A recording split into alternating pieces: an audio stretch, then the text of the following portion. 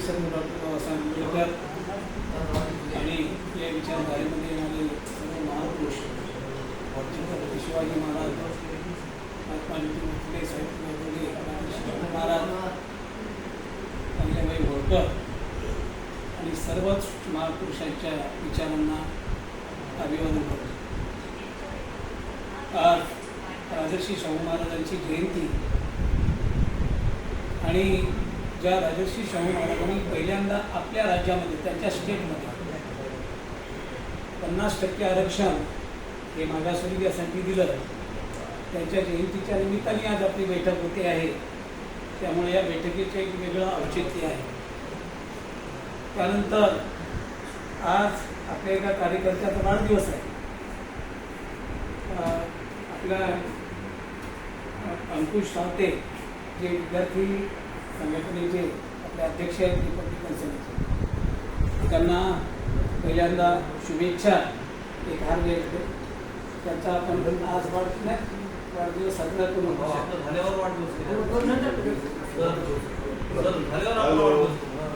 तर आजची जी बैठक आहे ती बैठक अतिशय महत्त्वाची आहे. या ठिकाणी आपण जे फेस करतो आहोत, आपण जे फाईट करतो आहोत, ते एखाद्या संघटनेचे पदाधिकारी म्हणून नाही. आपण फाईट करतो आहोत बौद्ध म्हणून. त्याच्यामुळे तो कुठल्या संघटनेत काम करतो याच्यापेक्षा हे जे जातीमध्ये सरकार आहे, या सरकारने असं ठरवलेलं आहे की बौद्धांमधला असलेला लढाऊपणा हा मारून टाकायचा. त्याचं कारण असं आहे की आता म्हणजे आजपर्यंत म्हणजे ज्यांना आपण शेड्यूल कास्ट म्हटलेलं आहे, ते डॉक्टर बाबासाहेब आंबेडकरांनी जेव्हा आपल्याकडे इंग्रज सरकार होतं, इंग्रज सरकारच्या काळामध्ये म्हणजे त्यांच्या जनरल सेक्रेटरी असं म्हणता येईल, त्यांचा एक प्रमुख अधिकारी, त्यांच्या अधिकाराखाली जेव्हा भारतामध्ये भारतीय लोकांचं सरकार स्थापन झालं, भारतीय लोकांचं या ठिकाणी कार्यकारिणी स्थापन झाली, त्यावेळेला आपल्या भारताचे 3 भाग होते. त्यापैकी मुंबई प्रदेश हा एक भाग आणि या भागाचे जे ज्यांना व्हाईसराय म्हणत होते, त्या व्हाईसरायच्या अध्यक्षतेखाली भारतीय लोकांचं जे सरकार तयार झालं, त्या सरकारमध्ये डॉक्टर बाबासाहेब आंबेडकरांना मजूर मंत्री म्हणून घेतलेलं होतं. आणि त्यावेळेला डॉक्टर बाबासाहेब आंबेडकर हे ज्यांना अस्पृश्य मानलं गेलं, अशा लोकांचे प्रतिनिधी म्हणून जेव्हा त्यांनी तिथे भूमिका मांडली, म्हणजे बाबासाहेबांनी एक कॉमन अशा प्रकारची एक परिस्थिती लक्षात घेतली आणि आपल्या देशामध्ये ज्यांनी इतरांना स्पर्श केल्याच्या नंतर विंटाळ होतो, अशा काही आपल्या देशामध्ये जाती आहेत, होत्या. आणि मग डॉक्टर बाबासाहेब आंबेडकरांच्या हे लक्षात आलं की हे लोक मागास राहिल्याचं कारण काय, की त्यांच्या स्पर्शाचाच विटाळ होत होता. त्यांनी हात लावला कीच काही लोकांना विटाळ होत होता, बाट होत होता. मग बाबासाहेबांनी इंग्रज सरकारमध्ये असताना अशा जातींची यादी केली. व कोणत्या जाती आहेत ज्यांनी हात लावला की वाटतं, आणि त्या जाती महाराष्ट्रामध्ये मिळाल्या 59. आणि मग ह्या 59 जाती या समाज रचनेमध्ये सगळ्यात खाली आहेत. यांना आता वंशाच्या पातळीत आणायचं तर कसं आणायचं? बोल की. यांच्याकडे कुठले साधन नाही, यांना नाही, यांच्याकडे वाहन नाही, यांच्याकडे कुठल्याही सुखसुविधा नाही. मग आता जादूच काढली तर नाही की एकदम याला म्हणजे एकदम वरच्या स्तराला न्यायचं.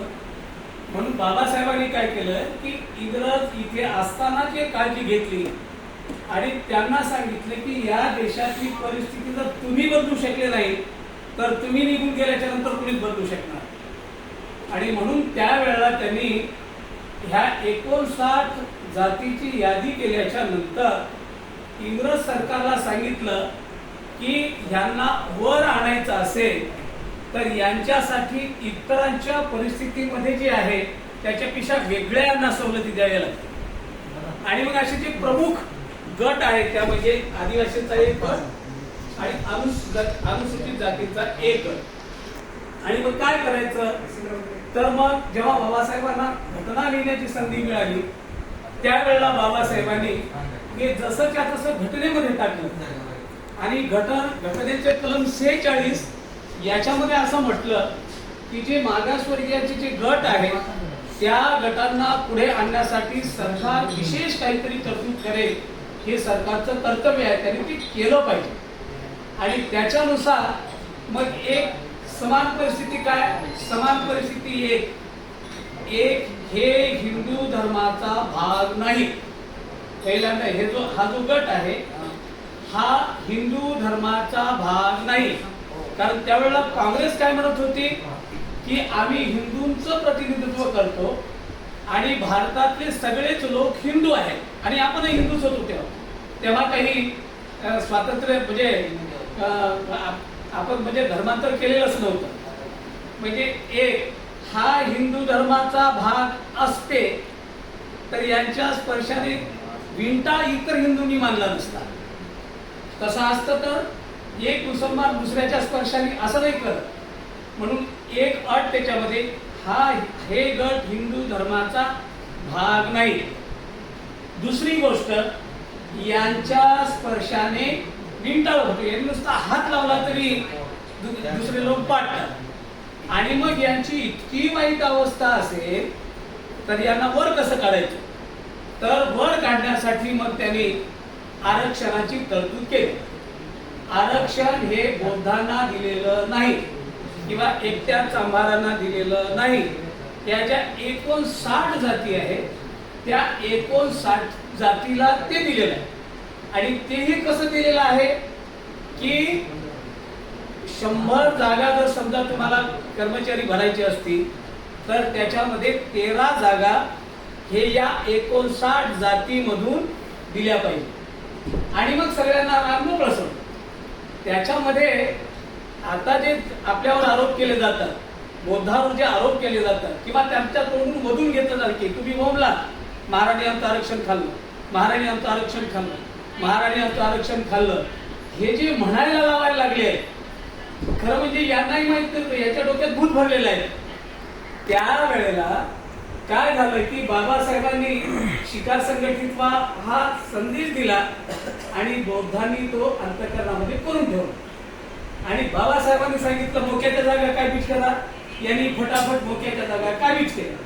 आणि त्याच्यामध्ये झालं असं की खरीच गोष्ट आहे की बौद्ध समाज पुढे गेला. पण हे जे खाल्लं म्हणतात ना, आपल्याला 100तल्या 13 जागा मिळाल्या. ह्या 13च्या 13 सुद्धा भरल्या जात नाही. 13च्या 13 भरल्याच जात नाही. म्हणजे कधी 7 भरल्या जातात, कधी 8 भरल्या जातात.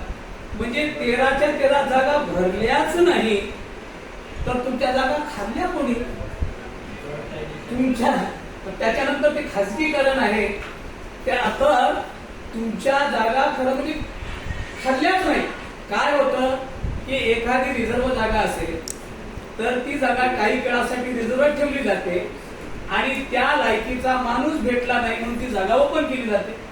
मग असं करून त्या मागासवर्गीयांच्या जागा सगळ्या ओपननी खाल्ल्या आणि यांना म्हणायला लावलं की तुमच्या जागा ह्या महाराजांनी खाल्ल्या. त्यांनी नियम काय लावला तर महाराजांची प्रगती झाली ना, प्रगती झाली खरी गोष्ट आहे.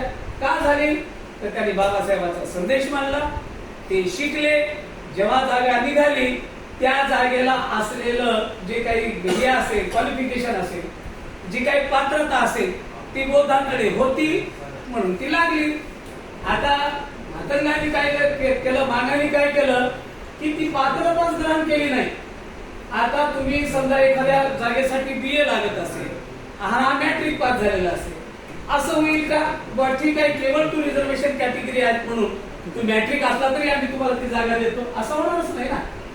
म्हणजे यांनी लेकरं शिकवले नाही, यांनी लेकराला ते पोत्राच केलं, नाचायला लावलं, आळई तुळजा म्हणून त्या जोगे मागितले, देवीच्या नादी लागले आणि झालं असं की हे दुसऱ्याच नादात राहिले. यांनी शिक्षण घेतलंच नाही. बौद्धांनी शिक्षण क्रमांक 1 वर ठेवलं आणि मग ते पुढे निघून गेले. निघून गेल्याच्या नंतर आणखी एक बौद्धाची खासियत अशी आहे की एखाद्या चांभाराच्या बाईची नग्न धिंड काढली तर रस्त्यावर उतरणार बौद्धच. मागाच्या नवरदेवाला त्या मारुतीच्या देवळात जाऊ दिलं नाही, त्याला तिथं मारलं, रस्त्यावर उतरले बौद्धच. म्हणजे कुणाच्यावरही अन्याय होऊ द्या, रस्त्यावर उतरले बौद्धच. मग हे आता फडणवीस म्हणजे फार चाणाक्ष माणूस आहे. त्याच्या लक्षात आलं की एखाद्या ग्रुपचं नेतृत्व करणारा जो लीडर आहे त्या लीडरचं खच्चीकरण केलं की बाकीचे सगळे खच्चीकरण होतात. मग आता ही लढणारी एकच जात आहे, हे कधी लढतच नाही, रस्त्यावर येत नाही. म्हणून अगोदर यांची जिरू द्या, आणि म्हणून त्यांनी काय केलं की आपली खरं म्हणजे बौद्धांची ताकद कमी करण्यासाठी त्यांनी मग चांभारावर काय अटॅक केला नाही. समजा मातंगाला म्हणायचं चांभार आहेत ना नोकरीमध्ये, उलट समजा या 13 पैकी जर चांभार असेल तर चांभार अगोदर भरला जातो, त्याच्यानंतर मान भरला जातो. गोदाला तर भरलं जात नाही, घेतलं जात नाही. आणि मग हे बौद्धावरच काय अटॅक करायला लागले, कारण बौद्धावर अटॅक करणं हे मातंगाला सोपं आहे, दुसरं कोणी करू शकत. आणि म्हणून यांना सांगितलं की बाबा तुम्ही यांनी खाल्लं असं म्हणा. आणि एकदा नेगेटिव्ह सेट झाला की बौद्धांना बदनाम केलं, आपलं राजकीय सगळं मागायला यांना एकदा बदनाम केलं, यांचं खच्चीकरण केलं की मग याची पूर्ण चळवळ ही डिस्टर्ब करता येते. ही गोष्ट पहिल्यांदा आनंदराज आंबेडकर साहेबांनी पहिल्यांदा ओळखली आणि पहिल्यांदा वर्गीकरणाच्या विरोधात आनंदराज साहेबांनी पहिल्यांदा स्टेटमेंट दिलं. आणि हे बाकीच्या सगळ्याच्या लक्षात आल्याच्या नंतर औरंगाबादला 7 तारखेला जेव्हा उपवर्गीकरण विरोधी संघर्ष परिषद झाली, त्या संघर्ष परिषदेमध्ये बबनराव घोलप चांभाराचे प्रतिनिधी, त्याच्यानंतर आपले राजकुमार बडोले जे अगोदर मंत्री होते, या सगळ्यांनी असं ठरवलं की याच्यापैकी कोणी एखादा पुढे झाला असता, बबनराव घोलप जरी पुढे झाला असता तर त्याचं खच्चीकरण करायला यांना सोपं होतं. राजकुमार बडोले जरी पुढे झाले असते समाजाने ऐकलं नसतं. यांनी सगळ्यांनी असं ओळखलं की आता हुकमाचा एका आहे तर फक्त आनंदराज आंबेडकर. त्यांनी जर आवाहन केलं की सगळे बौद्ध येतात, मग ते कोणत्याही पक्षात असो, कोणत्याही संघटनेत असो, कुठेही काम करणारे असो, बौद्ध म्हटलं आणि आनंदराज साहेबांनी आवाहन केलं की ते रस्त्यावर येतात. म्हणून त्या सगळ्यांनी मिळून असं ठरवलं की या लढ्याचं नेतृत्व तुम्ही करा. आणि या लढ्याचं नेतृत्व तुम्ही करा म्हटल्याबरोबर साहेबांनीही त्यांना लगेच होकार दिला आणि तेव्हापासून सगळा महाराष्ट्र पेटला. 20 तारखेला नागपूरला जो मोर्चा झाला, या नागपूरच्या मोर्चामध्ये सुद्धा महाराष्ट्राच्या कानाकोपऱ्यातून लोक आलेले होते. साहेबांनी मला सांगितलं की तिथे जाऊन रिपब्लिकन सेनेचं प्रतिनिधित्व करा आणि त्या ठिकाणी अगदी गोंदियापासून लोक आलेले होते. आणि त्या मोर्चामध्ये सुद्धा ही चर्चा की 30 तारखेच्या मोर्चाला आपण सगळ्यांनी गेलं पाहिजे. म्हणजे महाराष्ट्राच्या कानाकोपऱ्यातून लोक येणारच आहेत. त्याच्यामुळे आपल्या जिल्ह्यातून जास्तीत जास्त लोक त्या ठिकाणी गेले तर आणखी त्याच्यामध्ये भर पडणार आहे. आणि उपवर्गीकरण लागू करायचं की करायचं नाही हे उद्याच्या मोर्चावर ठरणार. कारण कसं आहे की ओरडणारे किती आहे? 4.5%. आमच्यावर अन्याय झाला म्हणणारे किती आहे? 4.5%. आणि बाकीच्या उरलेल्या ज्या जाती आहेत त्या सगळ्या जाती उपवर्गीकरण होऊ नये या मानसिकतेच्या आहेत. पण ते तशा आहेत का ते सरकारला अंदाज केव्हा येणार? मुंबईमध्ये गर्दी किती जमते याच्यावरून अंदाज येणार. आणि समजा तिथे गर्दी जमली नाही की सरकार थाट निर्णय घेणार आणि मग त्याच्या पुढे मात्र ते उपवर्गीकरण होणार म्हणजे होणार. परंतु आपली जर संख्या वाढली तर मग मात्र सरकारला विचार करावा लागणार की आता जर आपण यांच्या विरोधात निर्णय घेतला तर आपल्याला पुढच्या वेळी हे सत्तेत येऊ देत नाही, काहीही करतील, आपल्याला सत्तेतून बाहेर खेचतात. म्हणून उद्याची संख्या वाढवणं, त्याच्यामध्ये संघटनांचा विचार करायचा नाही. तिथे डोके महत्वाचे आहे. बौद्ध तर येतीलच, त्याच्यामध्ये जास्तीत जास्त मातंग किती येतील याच्यासाठी आपण प्रयत्न केला पाहिजे. आणि आपला जिल्हा, आपल्या जिल्ह्याकडे तर पाण्याचा पूर्वीपासूनच दृष्टिकोनच वेगळा आहे की हा जिल्हा लढाऊ आहे, चळवळीचं केंद्र आहे. आणि म्हणून मी काल म्हटलं अनिलला किंवा आपल्या जिल्ह्यातून असं काही सोशल मीडियावर प्रतिनिधित्व दिसत नाही. एखादी बैठक लावून लोक तर निघतातच, परंतु एखादी बैठक लावून आपल्या जिल्ह्यातून लोक जाणार अशा प्रकारचा मेसेज महाराष्ट्राला दिला तर तिकडून सुद्धा काही लोक प्रयत्न करतात. आणि म्हणून आजची बैठक ऐनवेळी बोलवलेली बैठक, या बैठकीला आपण भरभरून या ठिकाणी प्रतिसाद दिला त्याबद्दल तुम्हाला धन्यवाद देतो. आणि या ठिकाणी मला बोलण्याची संधी दिली त्याबद्दल मी स्वतःला धन्य समजतो. जय हिंद.